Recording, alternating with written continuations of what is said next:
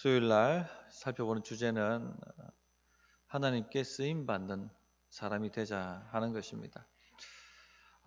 버림받은 경험 혹 있으실지 모르겠는데 굉장히 기분이 좋지 않습니다. 그런데 쓰임받을 때 우리는 굉장히 기분이 좋죠. 정말 당신이 꼭 필요합니다. 우리 팀에 함께 해주십시오. 이런 말을 들을 때 굉장히 기분이 좋습니다. 하물며 하나님께서 너는 꼭 필요하다. 내가 하는 사역에 또 내가 하는 이 계획에 네가 동참하기를 원한다. 이렇게 우리를 불러주신다면 얼마나 기쁘겠습니까? 더할 나위가 없는 것이죠. 우리가 주님 손에 붙들려 쓰임받는 것, 주님께 쓰임받는 것 사모하셔야 되고 바라셔야 되고 구하셔야 되고 기도하셔야 됩니다.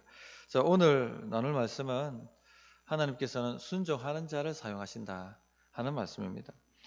하나님께 순종하는 자를 사용하신다 하는 가장 잘 보여주는 구약의 예가 다윗 왕과 사울 왕 이야기입니다. 사울은 불순종의 대명사고 다윗은 순종의 대명사죠.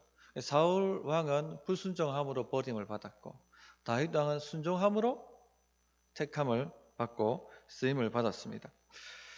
사울 왕이 왕이 된 후 첫 두 번의 전쟁이 시험이었습니다. 첫 번째 전쟁이 우리 잘 알고 있는 블레셋과의 전쟁이었습니다. 하나님께서 사무엘 선지자가 올 때까지 그가 와서 제사를 드리고 전쟁을 개시할 때까지는 전쟁을 하지 말라 하는 명령을 주었습니다. 시험이었습니다. 그런데 우리 잘 알고 있듯이 사울 왕은 기다리지 못했습니다. 늦게 오는 사무엘 때문에 군사들이 동요하고 떨어져 나가는 것 참을 수가 없었습니다. 그래서 자기 힘으로 자기 스스로 제사를 드리고 맙니다. 그때 사무엘이 나타나서 했던 말씀이 바로 오늘 우리가 읽은 말씀입니다. 지금은 왕의 나라가 길지 못할 것이라 여호와께서 왕에게 명령하신 바를 왕이 지키지 아니하였으므로 여호와께서 그의 마음에 맞는 사람을 구하여 여호와께서 그를 그의 백성의 지도자로 삼으셨느니라. 그의 마음에 맞는 사람, 순종하는 사람이죠. 다윗 왕은 하나님의 말씀을 거역하지 않았습니다. 순종하는 사람이었습니다. 사울 왕 때문에 광야 생활 다윗 10년간 했습니다. 하루하루가 피말리는 삶이었습니다. 언제 죽을지, 언제 사울의 그 수색대가 쳐들어와서 자기의 목을 칠지 하루하루가 피말리는 시간이었습니다. 이제는 더 이상 못하겠다. 충분히 그렇게 할 수 있었죠. 그리고는 나는 못합니다. 나 왕 안 될랍니다. 그리고 사울 왕을 피해가지고 다른 나라로 망명할 수 있었습니다. 물론 말미에 그렇게 한번 실수했죠. 블레셋 왕 아기스한테 가가지고 망명을 하는 생활을 하긴 했습니다만 전체적으로 본다면 다윗은 순종하는 사람이었습니다. 나는 못하겠다 하고 도망치는 사람이 아니었습니다. 왕이 될 것이라는 주의 말씀을 붙들고 자기의 자리를 지켰던 사람이죠. 순종의 사람이었습니다. 하나님 마음이 합한 사람이었죠. 그래서 하나님께서 다윗을 사용하시는 것입니다. 우리가 순종한다는 것은 믿음입니다. 믿음 없으면 절대 순종 못합니다. 아브라함에게 본토 친척 아비 집을 떠나가 내가 지시할 땅으로 가라 라고 말씀하셨을 때 눈에 보는 것도 없고 손에 잡히는 것도 없지만 또 가본 적도 없는 곳이지만 주님이 가라고 하시니까 그냥 떠났습니다. 이건 순종인데 이건 믿음이죠. 믿음으로 순종했기 때문에 쓰임을 받는 것입니다. 아브라함 말년에 이삭을 낳습니다. 그리고는 어느 날 다시 하나님이 시험하시죠. 모리아산에 가서 이삭을 제물로 바치라. 근데 군말을 하지 않고 다음날 일어나서 장작을 싣고 또 나귀에다가 이삭 태워가지고 모리아산으로 갑니다. 이 믿음이죠. 하나님은 선하시고 하나님 나에게 좋은 것을 주신다. 이런 믿음으로 순종을 한 겁니다. 당장 그 말씀이 이해되지 않지만 순종을 한 것이죠. 그래서 믿음의 조상으로 쓰임을 받는 것이죠. 사용하는 것입니다. 예수님의 제자들 딱 깨놓고 얘기해서 그렇게 탁월한 사람들이 아닙니다. 그 당시에 탁월했던 바리새인들, 서기관들, 율법학자들 또 제사장들에 비해서는요 턱없이 모자란 사람들이었습니다. 학문적으로도 모자라고 사회적으로도 모자라고 정치적으로도 모자란 사람들이었습니다. 소위 말하면 성공한 사람들이 아니었습니다. 또 엘리트 계층들이 아니었습니다. 그런데 왜 하나님께서 이 제자들, 어부들, 세리들, 열심당원들 이런 사람들을 택하셔서 그렇게 강력하게 사용하셨을까요? 답은 순종이었습니다. 그죠? 바리새인과 서기관들은 순종하지 않았습니다. 불순종의 대명사들이었고 버림받는 사람들이었고. 그런데 베드로 보십시오. 주님이 부르시자마자 어떻게 하십니까? 배와 그물과 물고기와 아버지를 버려두고 주님을 쫓았다. 그렇게 말씀하고 있습니다. 순종이죠, 순종. 주님이 어디로 가시든지 주님이 뭐라고 말씀하시든지 저는 순종하겠습니다. 이런 순종이 되어 있기 때문에 이 사람을 쓰시는 것입니다. 오순절 마가다락방에 성령이 임하시고 교회가 처음 시작합니다. 교회 처음 개척 공신들이 120명이었습니다. 120명. 왜 그럼 이들을 사용하셨을까? 끝까지 남아서 약속하신 성령이 임하실 때까지 예루살렘을 떠나지 말라고 하신 말씀에 순종한 사람이 120명이었습니다. 500명이 주님의 부활을 목격했고 주님의 승천을 목격했습니다. 그런데 남아서 끝까지 성령이 임하실 때까지 기다렸던 사람은 120명이었습니다. 명절이 다 끝났는데 다시 다음 명절까지 예루살렘에 남아있으려면 비용이 얼마나 많이 듭니까? 집에 돌아가야 되는데 안 들어가고 남아있다는 것은 엄청난 희생이죠. 그런데 순종을 했다는 겁니다. 이 사람들은. 그래서 사용하시는 것입니다. 성도님들, 우리가 주님 앞에 쓰임을 받으려면 이 순종이 준비가 돼야 됩니다. 순종이 훈련이 돼야 됩니다. 그래서 하나님께서 누군가를 택하여 쓰실 때, 잡아 쓰시려고 하신 때 반드시 순종을 훈련시키십니다. 모세가 그런 광야에서 훈련을 받았고, 또 뭐 우리가 알고 있는 지금 다윗도 그런 훈련을 받았고, 또 광야 시대 이스라엘 백성들도 결국 무슨 훈련 받았습니까? 순종 훈련 받은 것이죠. 만나 훈련이 그것이죠. 하나님을 의지하고 하나님 말씀에 순종하는가 안 하는가, 그거 보시고 그거 훈련하신 것입니다. 가나안 정복 전쟁도 순종이죠. 순종의 훈련. 주님 말씀대로 순종하면 승리하고 주님 말씀대로 순종하지 않으면 졌습니다. 여리고 전쟁했던 것이 그런 훈련이었죠. 주님 말씀대로 7바퀴 7일 동안 한 바퀴씩 해가 7바퀴 돌면 여리고가 무너졌고, 아이성 전투 실패한 이유는 순종하지 않았기 때문에 실패한 것이고, 왕정시대도 마찬가지입니다. 하나님 말씀대로 하면 대적에게 승리했고, 주님 말씀을 어기면 여지없이 패하고 탈취당하고 노예생활 전전하고 그렇게 되는 것, 우리 성경을 통해서 잘 알고 있습니다. 하나님은 순종을 훈련하시고 순종하는 사람을 사용하시는 것입니다. 성도님들, 우리가 매주일 설교 듣고 또 새벽에도 설교 듣고 또 수요일 날에도 설교를 듣습니다.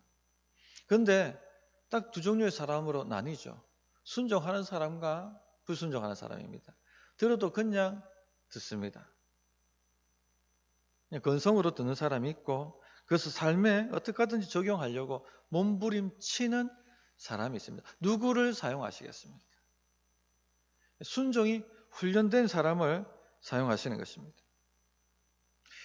그런데 많은 경우 많은 사람들이 그냥 그저 듣고 잊어버립니다. 그리고 세상에 나가서 그냥 자기 방식대로 그대로 그냥 옛날에 자기 했던 태도대로 삶의 지혜로 그냥 살아냅니다. 그리고 삶이 어렵게 되고 형통하지 못하면 하나님은 원방 불평합니다. 그죠? 내가 순종하지 못했다 하는 것, 말씀대로 행하지 못했다는 것 생각하지 않습니다. 반성하지 않습니다. 돌이키지 않습니다. 하나님 사용하시지 않는 것이죠. 그 정필두 목사님 설교에 보면 그런 얘기한 말씀이 나옵니다. 순종할 때 주어지는 유익이 뭐냐면, 가장 큰 유익이 영안이 열린다. 영안이 열린다. 우리 인생을 살다 보면은 결정적인 순간이 한두 번 다가옵니다. 우리 인생을 확 바꿀 만한. 그 결정적인 순간에 판단을 잘해야 되는데 영안이 열린 사람은 탁 하고 제대로 하나님 뜻을 알고 순종하고 판단을 해내는 것이죠. 그 영안이 누구한테 열려지느냐? 순종하는 사람에게 열린다는 겁니다. 열어줘도 불순종할 건데, 알려줘도 불순종하는데 뭐하러 하나님께서 낭비하시겠습니까? 그죠? 순종이 훈련된 사람에게 눈을 여시고 인도하시는 것이죠. 늘 불순종하던 사람에게는 침묵하십니다. 사울왕이 마지막 전투에서 하나님의 인도를 구하지 않습니까? 그런데 하나님 침묵하십니다. 늘 불순종을 살았으니까. 얘기해줘도 순종하지 않을 거다 아시니까. 침묵하시는 것이죠. 만약 우리의 삶의 결정적인 순간에 하나님 침묵하신다. 이건 큰 재앙이죠. 저주죠. 결정적인 순간에 하나님이 우리를 사용하셔야 되는 거지 않습니까? 눈을 열어주셔야 되는 것이고. 정필도 목사님이 군목 생활을 마치시고 난 다음에 이제 담임 사역을 나가시기 위해서 하나님, 서울이 고향이니까 서울에 누구든지 자리가 나면 제가 거기도 가겠습니다 하고 그렇게 기도를 하셨다고 합니다. 그런데 문제가 생겼다고 합니다. 5군데나 오라고 요청이 들어온 겁니다. 한 군데면 딱 두말할 말 없이 그냥 가버리면 되는데 5군데니까 이거 어디를 가야 되는지 분별을 해야 되지 않습니까? 결정적인 순간에 눈이 열려야 되지 않습니까? 그래서 하나님께 기도했답니다. 하나님, 어디로 가라 하시든지 제가 순종하겠습니다. 제 지식대로, 제 판단대로, 제 보이는 대로, 제 느끼는 대로 판단하지 않게 해주시고 주님이 인도해 주시는 대로 가고자 합니다. 주여 인도해 주십시오. 간절히 기도했는데도 불구하고 모르겠더랍니다. 그래서 주님, 그러면 무조건 처음 전화가 오는데 바로 제가 가겠습니다. 그렇게 기도를 드렸답니다. 그랬더니 정말 신기하게도 그 기도가 끝나자마자 산 사람이 찾아왔습니다. 그런데 그 서울의 5군데 교회의 사람이 찾아온 게 아니고 부산에서 알지도 못하는 장로님 한 분이 찾아오셨더라고요. 목사님, 좌우 개척합시다. 부산에서 개척합시다. 아유, 장로님, 제가 한번 기도하고 한 주만 시간 주십시오. 기도하고 답을 드리겠습니다. 그래서 하나님께 기도했죠. 하나님, 저는 개척한다고 말한 적 없습니다. 서울의 저 5교회 중에서 먼저 저에게 연락 오는데 제가 가겠다고 말씀했는데 그 기도 끝나자마자 생각지도 않은 부산에서 개척을 하자고, 생각지도 않은 개척을 하자는 요청이 들어왔습니다. 주여, 어떻게 해야 됩니까? 이 결정적인 순간이잖아요. 주님의 뜻으로 가야 되지 않습니까? 주님 인도하시는 대로. 눈을 열어달라고 기도하고 부르짖었습니다. 그런데 다 기도하는데 그때 그런 경험이 처음이었답니다. 수천 명의 사람들이 몰려오더랍니다. 그러면서 주님의 음성이 들리는데 이 양떼를 버려두고 어디로 가려고 그러느냐? 그때 깨달은 것이죠. 아, 나 부산 가서 개척해야 되는구나. 그래서 시작한 곳이 바로 우리가 잘 알고 있는 수영로교회입니다. 수영로교회.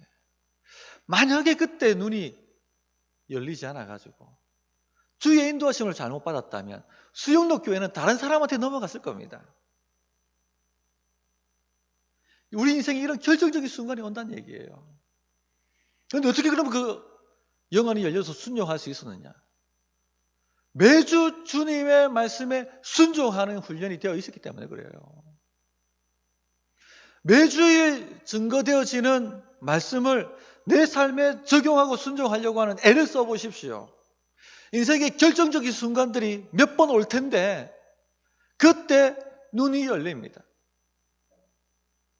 인생이 달라지는 것입니다. 우리 주님 우리 사용하시는 겁니다. 그런데 이런 순종이 훈련되어 있지 않으면 침묵하십니다. 쓰임받지 못하는 것이죠. 그럼 우리 성도님들, 매주 주시는 말씀을 그냥 흘려듣지 마시고 순종하려고 하는 훈련을 해보십시오. 좀 노트에도 좀 기록을 하고 어떻게 내 삶에 적용을 할 것인가 기도도 좀 해보고 그런 훈련을 하셔야 됩니다. 요즘 우리가 살아가는 시대는 불순종의 시대예요. 이미 그렇게 주님이 예언을 하셨죠. 마태복음 24장 12절에 불법이 성함으로 많은 사람의 사랑이 식어지리라.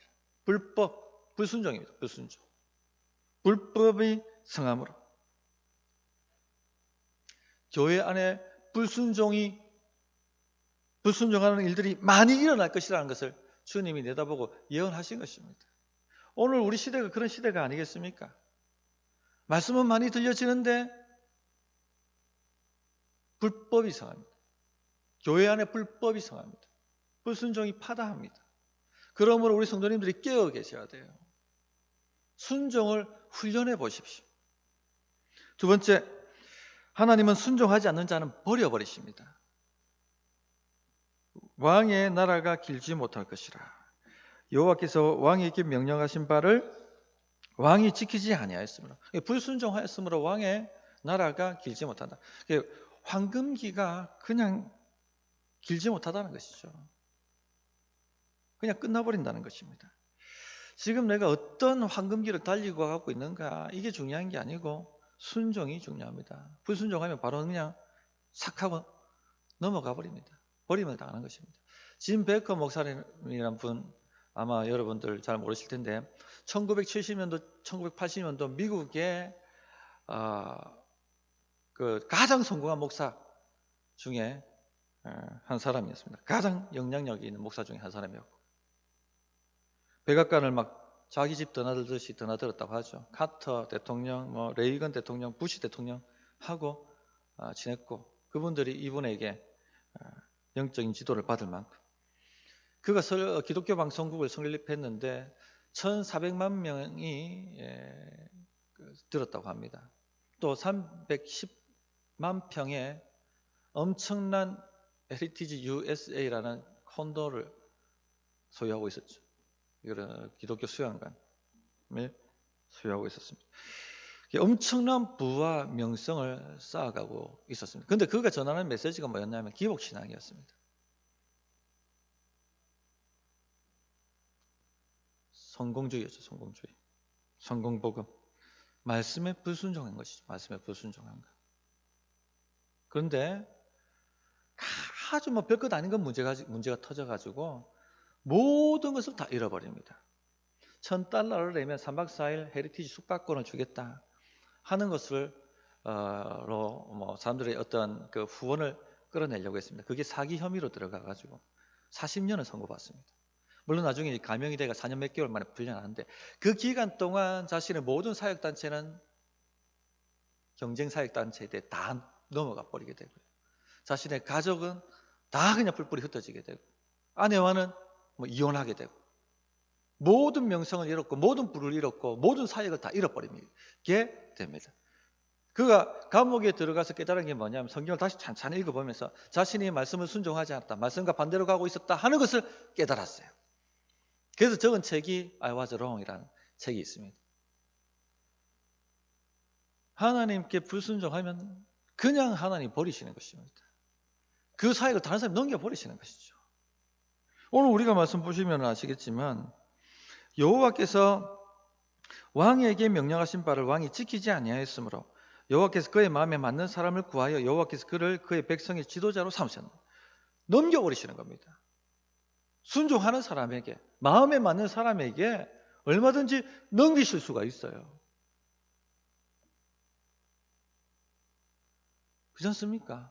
우리가 뭔가 기회를 얻고 쓰임을 받는다는 것은 우리가 잘났기 때문이 아니라 무한한 하나님의 은혜죠, 은혜. 그런데 불순종한다? 지고 있을 이유가 없는 것입니다. 다른 순종하는 사람에게 얼마든지 은혜로 하나님이 주실 수가 있는 것이죠. 그래서 우리도 이런 걸 우리나라에도 굉장히 많이 보지 않습니까? 정말 이름 있고 막 승승장구하던 사람들이 왜 무너집니까? 왜 그 사역이 다른 사람에게 넘어갑니까? 불순종이죠, 불순종.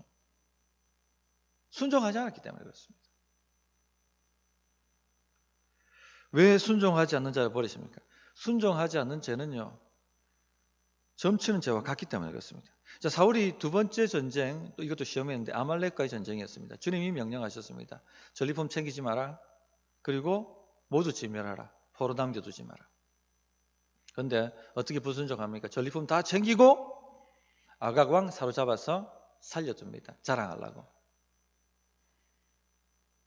그때 주님이 또 주셨던 말씀이 사무엘상 15장 22절부터 23절이죠. 사무엘이 이르되 여호와께서 번제와 다른 제사를 그의 목소리 청종하는 것을 좋아하심 같이 좋아하시겠나이까. 순종이 제사보다 낫고 듣는 것이 숫양의 기름보다 나으니 이는 거역하는 것은 점치는 죄와 같고 완고한 것은 사신 우상에게 절하는 죄와 같음이라. 왕이 여호와의 말씀을 버렸으므로 여호와께서도 왕을 버려 왕이 되지 못하게 하셨나이다. 사술의 죄와 같다. 점치는 죄와 같다. 사신 우상에게 절하는 죄와 같다. 그렇게 말씀하셨습니다. 아무리 열심히 제사를 드려도 뭐 수장의 기름 채우고 앞에 나가서 제사하고 하는 것은 예배 행위지 않습니까?